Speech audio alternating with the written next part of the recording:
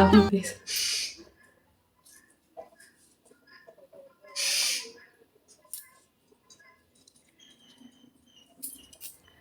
வணக்கம் அக்கா.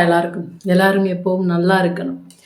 ஒரு உறவு, ஒரு பழக்க வழக்கம், கூட இருக்கிற மனிதர்கள், விலங்குகள் எல்லாமே கூட அன்போடு இருக்கிற உறவுகளை எப்போவுமே ஒரு சிறு சிறு விஷயங்களில் கூட காயப்படுத்திடக்கூடாதுன்னு அடிக்கடி நான் எல்லாருக்கிட்டேயுமே சொல்லிக்கிட்டே இருப்பேன். அது ஏன் அப்படின்னா, அது என்னோட அனுபவ ரீதியான செயல்தான்.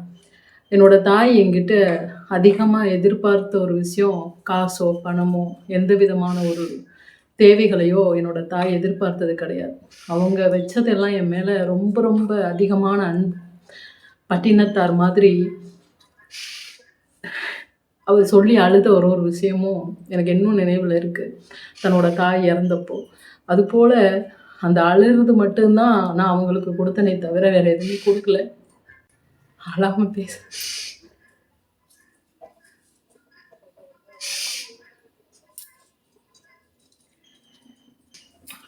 என்னோட அம்மா அவ்வளோ அன்பை தவிர வேறு எதுவுமே அவங்களுக்கு என் மேலே எதிர்பார்ப்பு கிடையாது.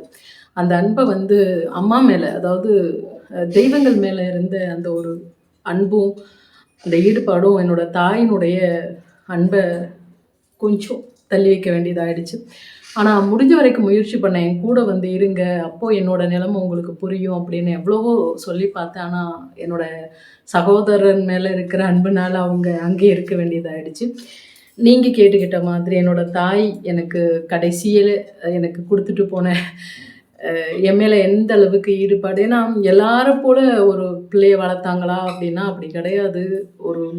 ஒரு சின்ன வீட்டில் பணக்காரங்க பிள்ளைய வசதியாக வளர்க்குறதுங்கிறது வேற. ஆனால் ஒரு சின்ன வீட்டில் கொஞ்சம் வருமானம் இருந்தால் கூட தன்னோட குழந்தைய மகாராணி மாதிரி வளர்க்குற அன்பு இருக்குல்ல, அது ரொம்ப பெருசு. அந்த மாதிரி தான் மகாராணியை விட ஒரு பங்கு அதிகமாக வளர்த்தாங்க எல்லா விஷயத்துலையுமே.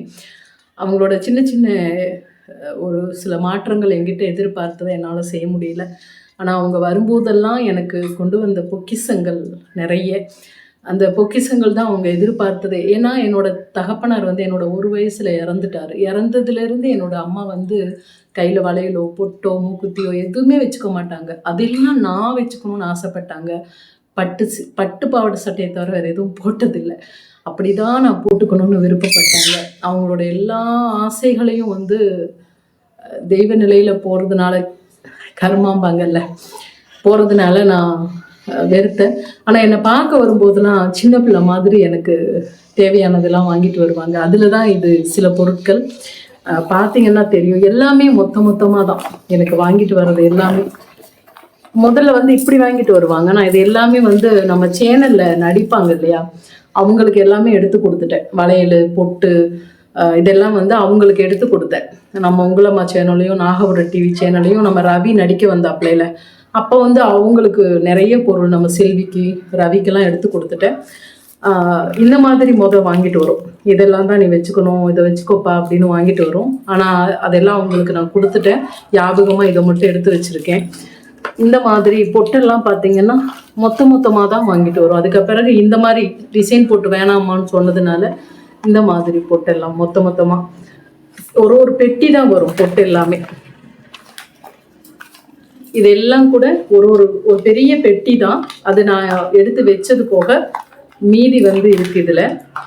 இந்த மாதிரி இங்கே பாருங்களேன், ஒரு கடையில் போயிட்டு பெரிய பொட்டு தான் நான் வைக்கிறேன் அப்படிங்கிறதுனால அப்படியே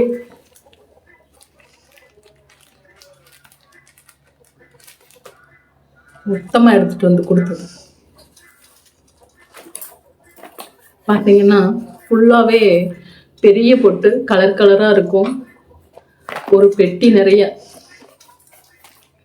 கடைசியாக எங்கள் அம்மா ஒரு கருப்பு கலர் மண்பானை கொடுத்ததுன்னு சொன்னேன் இல்லையா, சின்ன மண்பானை. அது கீழே ரூமில் இருக்குது.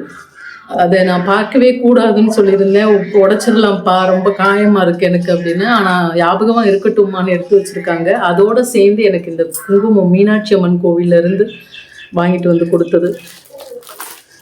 அப்புறம் இது எல்லாமே வளையல். எதுவுமே நான் வாங்கினதில்லை, எல்லாமே என்னோட தாய் வாங்கி கொடுத்த வளையல் எல்லாமே. ஃபுல்லாக எல்லாமே அம்மா வாங்கி கொடுத்த வளையல்கள். இல்லை நிறைய வந்து லாஸ்ட்டாக அம்மா வாங்கி கொடுத்த அந்த மீனாட்சி குங்குமம் மண்பானையில் இருந்த இந்த வளையல் நான் உழைக்கவே இல்லை, அது அப்படியே இருக்கு. எது வாங்கினாலுமே 2 டஜன் 3 டஜன் அப்படிதான் வாங்கிட்டு வரும்.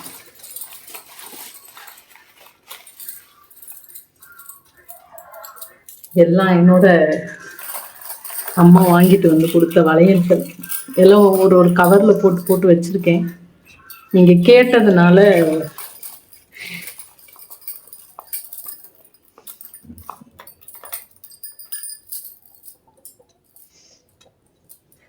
எல்லாமே இந்த மாதிரி நிறைய இருக்கு. நிறைய ஒரு அரை சாக்கில் அள்ளலாம் அவ்வளோ வளையல். எல்லாமே இந்த நடிக்க வரும்போது அவங்களுக்கு எடுத்து எடுத்து கொடுத்தேன். அப்புறம் நிறைய புது வளையல்கள் இருந்தது. அம்மாவுடைய விசேஷத்தன்னைக்கு அம்மாவங்களுக்கு வளையல் மாலை சாத்தணும் அப்படின்னு சொல்லி அந்த உழைக்காத வளையல் எல்லாமே வந்து உழைச்சேன்.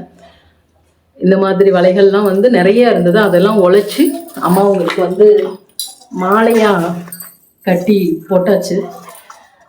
என்ன ஒன்று எல்லாருக்குமே சொல்கிறது அதுதான், கூட இருக்கிறவங்க அன்பானவங்களை சொல்கிறேன். நமக்கு தொல்லை கொடுக்குறவங்களோ வெறுக்கிறவங்களோ அவங்க வெறுக்கிறதுக்கு முன்னாடி நம்மளும் வெறுத்து ஒதுக்கிடலாம். அன்பானவங்களை ஒரு சின்ன சின்ன விஷயங்களில் அவங்கள ஒதுக்கிடாமல் அவங்களுடைய விருப்பப்படி சிறிதளவாவது நம்ம நடந்தோம் அப்படின்னா ரொம்ப மகிழ்ச்சியாக இருக்கும்னு நினைக்கிறேன். இல்லை அப்படிங்கிறப்போ இல்லாத போது என்ன தேடினாலும் என்னதான் அழுதாலும் முறையிட்டாலும் அவங்க வரப்போகிறது இல்லை, எதுவும் நடக்காது. அது மட்டும் இல்லை, இந்த முறை அருள்வாக்குக்கு வந்த ஒரு நபர் சொன்னார், கூட இருந்த நட்பு ஒரு நாளைக்கு 50 காலாவது பண்ணுவாங்க, எங்கே போனாலுமே என்னை கூப்பிடாம போக மாட்டாங்க, அவங்க பிள்ளைங்களை என்ன அப்பான்னு கூப்பிடும், என் பிள்ளைங்க அவங்கள அப்பான்னு கூப்பிடும், அந்தளவுக்கு அன்பு. ஆனால் அவர் ஒரே நொடி பைக் எடுத்துகிட்டு இப்படி சந்தில் திரும்பின உடனே ஆக்சிடெண்ட் ஆகி இறந்துட்டாரு. என்னால் அதுலேருந்து மீள முடியலன்னு சொல்லி மனநலம் பாதிக்கப்பட்டவர் அவ்வளோ தூரம் வந்து அதை சொல்லி எக்ஸ்பிளைன் பண்ணி அழுதார். ஒரே நொடி தான் மனிதர்களுடைய உயிர். அதனால் அன்புக்கு எப்போவுமே மதிப்பு கொடுங்க. அன்பை எப்போவுமே எதிர்பார்ப்பை சிறிதாவது நடத்தணும். கோவப்படாமல் சண்டைகள் இல்லாமல் எப்போவும் அன்போடு பயணப்படணும். பேச முடியல, மன்னிக்கணும். நன்றி.